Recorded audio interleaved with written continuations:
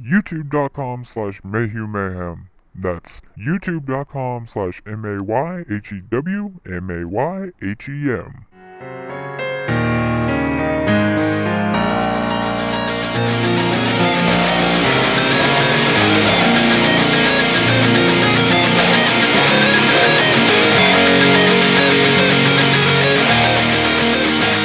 Hello and welcome to another episode of 30 Minutes of Mayhem. I am your host, my name is Michael Mayhew, and I am here with my co-hosts. What's up, everybody? It's me, Greg. We're also joined once again by everybody's favorite baboon-faced ass scratcher. I'm James. 30 Minutes of Mayhem is available on YouTube, iTunes, Android, Stitcher, and Spreaker. All you have to do is search MayhewMayhem. That's MayhewMayhem, and make sure to rate us 5 stars. Also, you can help us afford to continue doing the show by donating to 30 Minutes of Mayhem via PayPal. Just use the email address in the description, 30minutesofmayhem@gmail.com. As I said, welcome to 30 Minutes of Mayhem, the podcast your mother can be ashamed of. And tell me, James, why is this the podcast your mother can be ashamed of? Because of dick sweat. That is exactly correct. Nobody likes dick sweat on them or their face. That is the reason why this is the podcast your mother can be ashamed of. Before we go any farther, on this episode we have a very not-so-special guest. Nick from youtube.com/TheTicTacMan. Before we get started, I want to tell you guys a little story that somehow I had forgotten about until the other day. This happened quite a few, very many years ago. I was staying at my ex's house, and in one of their bathrooms they had this really fancy, stone, a marble shower. So she's like, we should get a shower together. And I was like, alright, I like the sounds of that. We're doing so. And then next thing you know, get my dick sucked. And I'm like, hell yeah, this is going a route that I'm a fan of. But at the same time, if you've ever got your D sucked while you're in the shower, it kind of defeats the purpose at the same time because there's like way too much lubrication and it doesn't feel as well as what it should. But that's neither here nor there. While that's taking place and it's as pleasurable as what it is, but it could be better. She looks up at me and says, I want you to fuck me. All right, I can do that too. So that's taking place because if you ever tried to fuck in a shower, it's one of the most awkward things to do because there's like too slippery. So we're doing like a standing doggy and I'm getting it. She slips and her feet completely go out to where her feet go backwards because they're like beside either one of mine. So they go completely backwards and I don't have a good enough hold on her. So she falls flat, just like does a belly flop onto the shower. And if you've ever heard like naked wet skin hit almost like pavement but not like pavement, it makes that very distinct weird sound.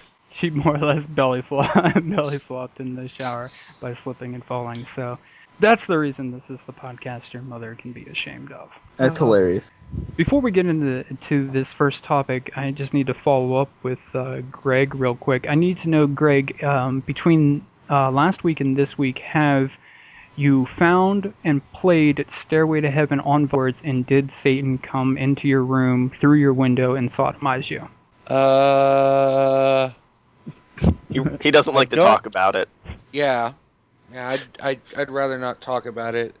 Though I still can't. I didn't get a good look at him, but I still have the sneaking suspicion that it was actually Nick wearing a devil mask. Nick, I'm not going to question whether that was you or not because I have the sneaking suspicion, as Greg put it, that it was you. Why would it be me? I mean, why would I want to put it in Greg? He's just big and squishy and warm.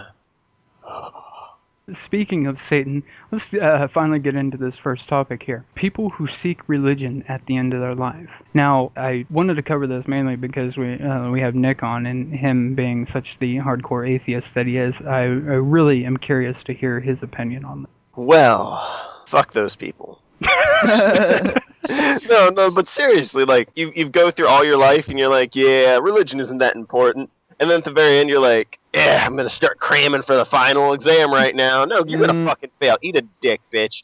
Eat a dick. Because really, you're just scared of death and don't know how to deal with it. I plan to go kicking and screaming, and I really don't give a shit. But you're like, no, I'll find my place in heaven. No, you're not going to, and I hope you don't. And if it is real, I hope you never do. Why? Because there are pious people out there who have been practicing it their entire lives. Well, I consider it once you hit the age of reason, then you can make your determination then. I feel it's wrong to like bring kids into religion, but whenever they're young adults, I think that's what the best time to expose them to it and discuss it with them. But my God, you piece of shit. You piece of shit thinking that you're just gonna roll up there late game and be like, this is co-pilot. Just fuck you, you arrogant piece of shit. See, now I have to agree 100% with Nick. Think about it this way, right? So Hitler's down in his bunker, and he knows it's over. Game over, right? He knows, I'm fucking dead. I've lost this shit. And then all of a sudden, he's just like, you know what? I'm going to repent for all of my sins. And, I'm going to go up and hang out with Jesus and, meet God and, enjoy life with all the people that I killed, Sounds like a good idea to me. Fly on the backs of an eagle with Scott Stapp from Creed and the guy from Nickelback, and we'll all be happy in the end. If he did that, it's not like it's going to be like, yep, you're good. No, you killed all those people. No, you're good. You're good, bro. Like, you feel bad for what you did? Oh, yeah, you're good. Welcome. No, that's not gonna, and for those that do that, I agree with what Nick said about they're just terrified of death, so they try to do anything they can to like secure a place. But at the same time, I think about like those who, like, say for example, Nick gets down to the end of his life and he knows game over, and he's like, what if I've been wrong my entire fucking life and I'm gonna burn eternally or eternally, and he's like, but I don't want to do that. I mean, I may have played Jesus in the past. I may like Satan and raped Greg in the past. But he's just like, what if I'm fucking wrong? I don't want to pay for being stupid. So let me just do this just in case. Because if I'm right and there's nothing, well, then that's what I figured to begin with. But if I'm wrong, at least I can have this little security deposit to save my ass. I think a lot of people look at it like that. And I think we've talked about this before, but with like the Mayan calendar ending in May and whatnot, I was like, when it got down to it, I was like, well, the whole time I was like, this is fucking stupid. And then when it got down to it, I was like, what if I'm wrong? Like, this could be my last moments of my life. What should I be doing with them? I kind of get it because I've been there. Well, not with death, but with the other, possible death. I guess if you look at it, the Y2K and the Mayan calendar thing. But yeah, so I get like why people do that. I think I agree with both of you guys. I feel like, especially if you're converting to religion at the end of your life, when you're like a fucking like criminal, like a murderer or something, like if you spent, or like a rapist or something, and you get to the end of your life and it's like, why do we gotta fucking single out Nick here? It's not right, okay? It's not right. Anyway, he comes on to be a guest, and you start singling him out. What a dick. Is there some pent up aggression there for what he probably did to you or may not have done to you while wearing a Satan mask? Hey, I am a religious man. I travel once a year to Waco, Texas to praise my God.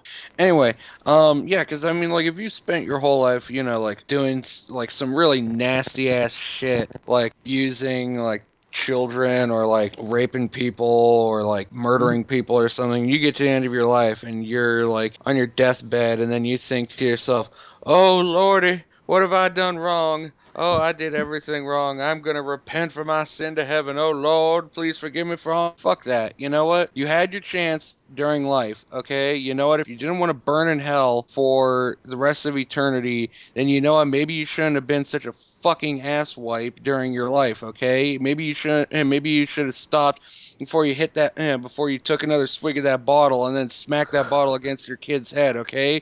Maybe you should have thought of that before you went and raped that woman or something, whatever, okay? You know what? Fuck you. I hope you do burn in hell. God's not gonna come this time, okay? Fuck you. You fucked up. Pay the piper, okay? Nobody's gonna come and bail you out just because you asked nicely, okay? Why do you hate Nick so much? Like, after I point out specifically targeting Nick, he's like, that's not what I'm doing, and then targets Nick even harder. Like, directly Really to him while he's here, he's like screaming in his face. He's like As a guest, I'm insulted. I am very insulted. He's like subtweeting him if this was Twitter. Like, but he's like, no, I'm talking directly about him while he's here. It won't be that obvious. Oh, come on. We all know that this isn't affecting Nick at all. He's getting hard at this.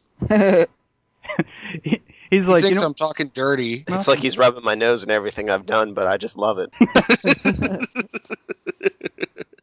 See what I tell you. so it's just filling his bank back up, his bank of spank. So James, what do you think? I'm not a person who believes in all that kind of stuff. I wouldn't do that if I don't fear death or anything, because I know it's coming to me eventually, because, everybody dies. For the people who do that, more power to them. Good for you. You found God or whatever, or you can find your happy place or whatever, but I would never do that. But I don't hate those who try to seek forgiveness from God or whatever. I just don't understand that whole concept. I mean, I guess I should clarify that I don't hate the people who do that. Because, personal opinion, if you lived a good life, I don't even think that God's even going to give a shit if you did believe in him or not, or if you followed a Christian religion or anything. As long as you were a good, decent person in life, that's all I think really matters. Speaking of death, before on the podcast, we've talked about what would be your choice to die, and now I propose the question of what would be, in your opinion,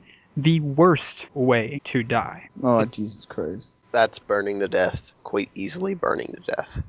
Or being stabbed in the face, shot in the kneecaps, and then burned to death. As long as fire is involved, that's probably one of the worst ways. I'm going to overkill. Now, if somebody overkill, that's probably the worst way to go. Now, or I even feel like being falling raped into to death like would be a good one. well, oh god, or falling into like a tree chipper, wood chipper, or whatever. That'd be wild. Well, yeah, being fed slowly into a wood chipper feet first. You can't, Oh my because God. if you do it head first, it'll be over relatively quickly. But feet Right. first, it's slow and Right, agonizing. I feel like you die by the time it got to your waist area. You'd already be Well, dead. you'd have passed out from shock probably before got to your waist area. Let's be honest, you pass out from the pain. yeah. Now, with what you said, Nick, a lot of people that die involving fire, they actually die from the smoke before they actually die from the fire. So, do you mean something like that, or do you mean if you Being set were on fire. Set covered in gasoline and then set ablaze. yeah, Yeah, I was gonna say being covered in napalm or something flammable and just being immolation.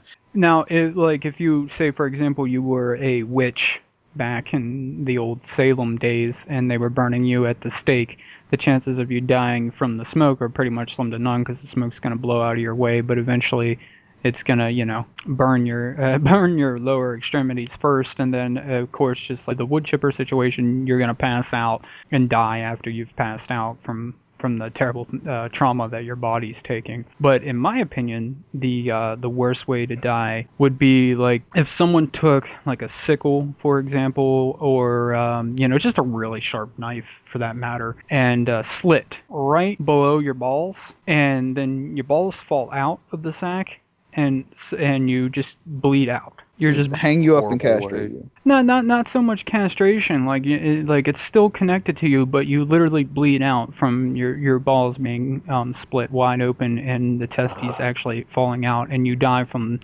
the blood loss, which would be slow, and you would eventually pass out from the blood loss and die.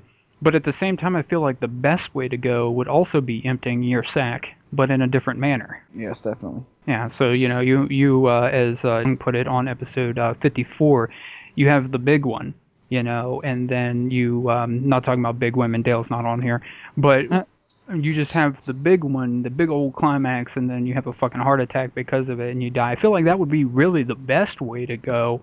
And the worst way to go would be your sack being emptied via it cut open and you bleeding out. But actually, now that I think of it, I think maybe the worst way to go would be if you combine that or any other sort of situation to where you're completely alone. Like, say you're someone, a mountain biker or something like that, and you're doing your mountain bike thing and you're on a trail by yourself and you rack off of this trail. Break both your legs. Yeah, your legs or whatever get fucking broke to where there's no way you can walk, and they're compound fractures or whatever, so they're coming out of the skin, and you're just bleeding all over the place, and you don't have enough shit with you to tourniquet both of your legs or whatever, so you end up dying from the blood loss. But you're alone in the mountain, in the woods, and even if you yell and scream, no one's ever going to hear you. You just literally lay there until you die That's brutal. with absolutely no way for anyone to help you. Very much like the kids in Nick's basement. I mean, I don't know anything about that, never mind. So... That is actually one of my greatest fears. Actually, probably my greatest fear is dying alone. Or dying by the hands of Nick. I think those two correspond with each other. They do. Now, speaking of absolute fucking terrible ways to die, I feel like another terrible way to die would literally be to be eaten alive. Oh, yeah. Especially nowadays, one of the most popular things in the world, The Walking Dead, is about zombies. Although the word zombie is never said in The Walking Dead, but it is about zombies. And zombies are the most. I mean, if you're going to get eaten alive, it's either going to be a cannibal, which I guess is more likely than a zombie apocalypse. But let's just run with the zombie apocalypse. You being eaten by zombies would be fucking terrible way to die, because not only are you like bleeding out, but these former humans, current creatures, I guess you could call them, ripping your skin off with their like teeth. That's fucking terrifying and goddamn awful. Yep. And I don't feel like you would pass out very quick from the pain from that. So you would pretty much suffer for a long, extended period of time before you died and then became, well, the undead. Speaking of the zombie apocalypse, what would be your plan for the zombie apocalypse? Like, what would you do, and how do you feel like you would fare if a zombie apocalypse actually took place? I don't know. I mean, I would like to think that I would fare pretty well, considering the fact that I have a fairly decent knowledge on zombies, how to survive during a zombie apocalypse. Now, to be fair, not to interrupt you, to be fair, say the zombie apocalypse actually does happen, the theories that we have about it, there's a possibility that absolutely none of them could be true, and all the knowledge that you feel like you have could be shit. You know what I mean? Could be completely useless, but go on. But considering this is a what if and all that, let's just assume for a second that if this does happen, that it is similar to like. Let's go with more what I feel like would be realistic in my personal opinion is more of the Romero zombie or Romero zombies or the Walking Dead style zombie. Yeah. Because a zombie's not going to be able to run like a 40 in like 4.4 seconds. That's just not going to be physically possible because the corpse is going to be deteriorating, so they would be fucking slow and clumsy. First, what I would probably try to do is I try to get my family and as many of my friends together as I possibly could and get us that I felt could be easily defensible. There are two good easy places that I could go with. Now on the one hand, depending on when the zombie outbreak first hits and that, we got one or two options. Now if there's enough people, I could pot a hole up in a mall. They're usually large, they're easily defensible, they usually are stockpiled with a lot of food in the restaurant, so you can eat that. But if I don't have a lot of people, or if it happens during the day when there are like people already out, then I feel that if I can't go with a mall, two other places that would be perfect would be, there is that Walmart distribution center near Richmond, Ohio. No, scream out your ideas more. Scream out your ideas more. I'll be ready to raid you. Okay, maybe I shouldn't be talking about this when Nick's on here. I don't want to like have this all set up and then all of a sudden like this happens and the next thing I know I'm being like fucking raided by a bunch of like cannibals led by Nick. Now you do realize that Nick Negan start with the same letter. They both start with N. So I feel like for a Walking Dead reference, for those who have read the comics, and if he's on the show by this point, depending on when you listen to it, I feel like Nick and Negan would have a lot in common, except for the fact that Nick would also be a lot more like the governor in the fact that Negan's group is against rape, but the governor's group is not against rape. So I feel like if you combine the brutality of Negan and the pro-rape mentality of the governor, you would have Nick's group. So yeah, giving away your location to Nick may be a bad idea because he will have a group of roamers, not to say the elves, but I also don't want to say marauders or like gypsies or anything of that, but he'll have a clan. That's a little bit more fitting. A clan, a Ku Klux, and will probably come to wherever your location is. So you need to be prepared for all of your supplies to be taken after he rapes you. But I know that part, at least the second part, of that maybe not so new to you. Oh, Nick's nice. actually lucky because he lives in a house out in the middle of nowhere, so the chances of like zombies wandering away from like the population centers are pretty slim. I mean, all he'd have to do is really just board up a few of his windows on the ground floor and just stock up on food, and there you go. He's pretty much set where he lives. Anyway, back to the thing I was saying before. I mean, one of the reasons why the Walmart distribution center would be perfect is because all the doors are made of steel. So basically all you'd have to do is lock them up and those motherfuckers couldn't get in. It's a distribution center, which means that it's fucking loaded with food, furniture, clothing, whatever that would be perfect for a large group of people to survive on for quite a while. If those two places didn't work out, I'd say Costco. Because, I mean, if you see that place up in Robinson, that place is fucking huge.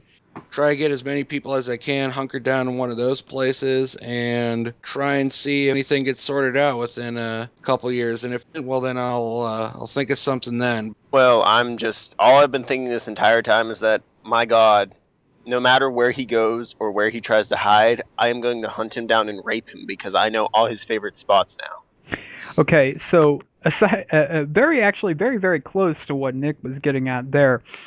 They're high demand areas. They are. It's a high demand area, exactly. You and one under the fucking sun is going to think Walmart distribution center, Kmart even for that matter, your Targets, Costco, Sam's Club, they're all going to think of those locations. Say you're the first group to get there. You will have to either take in other people or kill living people in mass amounts to keep that area, because that's going to be one of the number one places that they think of to go. I also feel that if any other survivors come, another good thing to do would be to have a sort of bartering system. Like if some come and they need some certain supplies and I have what they need and they have something that I don't have but I need, I feel that we could also trade with each other, because honestly, I feel that that would be a good way to earn people's trust. Situation where there are packs of roving, undead, cannibalistic humans outside,